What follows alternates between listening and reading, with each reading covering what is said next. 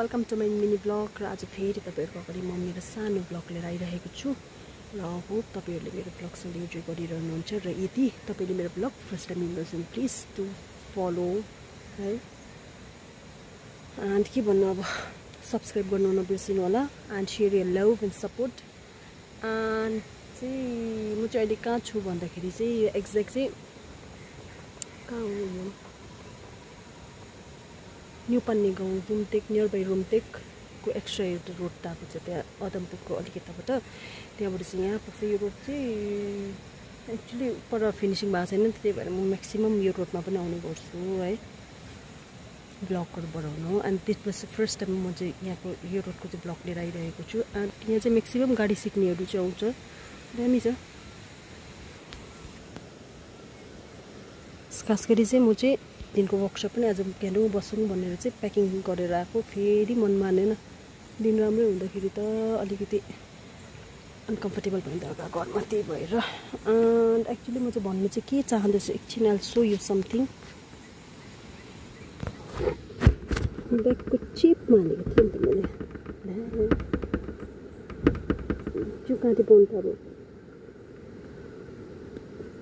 साह्रै गरौँ अन्ति नै हुन्छ होला।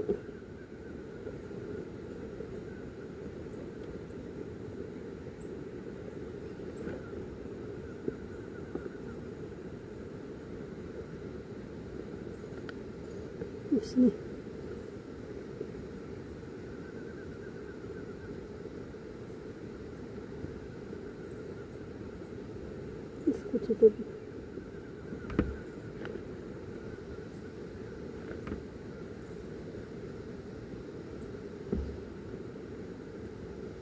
स्कुटी त बिहानदेखि पछाडिको टायर चाहिँ किन चाहिँ राम्रो चलेको छैन भन्दैछ। अघि चाहिँ म चाहिँ हावा लाउनु गएँ होइन, मलाई पनि याद थिएन अब हावा त सकेको रहेछ। अनि टायर थिच्छु अलिकति,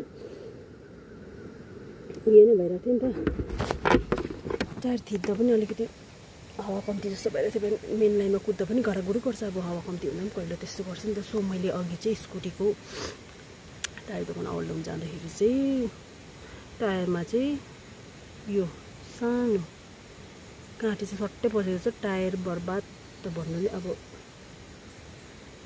के भन्छ ट्युबलेस टायर हुनको कारणले गर्दा अब त्यस्तो बसी त हाल्दैन। सो टायरभित्र चाहिँ यो काँटी पसेको हो कि पसाएको हो कि आउनु नो,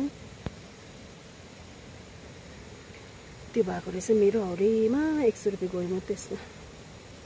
त्यस्तो भएको कारणले गर्दाखेरि चाहिँ आइएम रियली सक्ड है।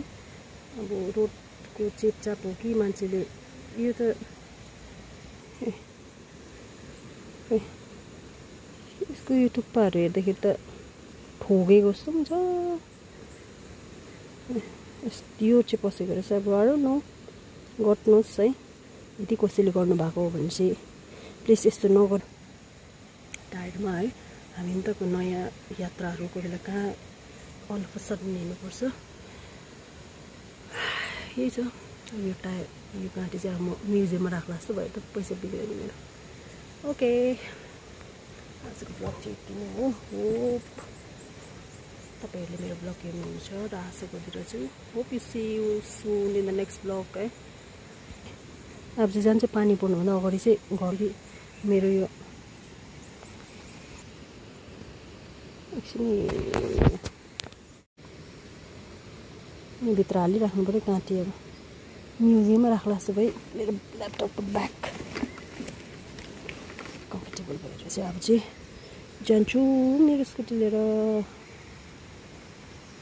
Okay, will see you in the next blog. Keep going, keep supporting, by by.